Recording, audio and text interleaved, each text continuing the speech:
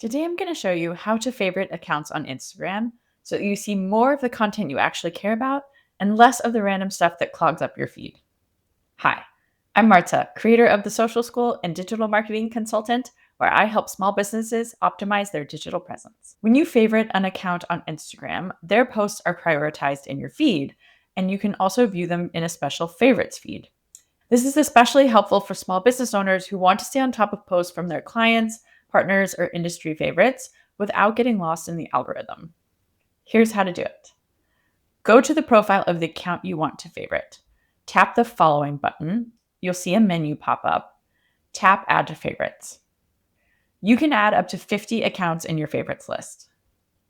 To actually see only your favorites, here's how to do it. From your home feed, tap the Instagram logo in the top left-hand corner. Select Favorites from the drop-down menu. Now you'll only see posts from those accounts that you've marked as favorite. If you ever want to edit your favorites list, go to your profile, tap the hamburger menu, select Favorites, and make changes. You can add or remove accounts at any time. Instagram won't notify the account. Thanks for watching.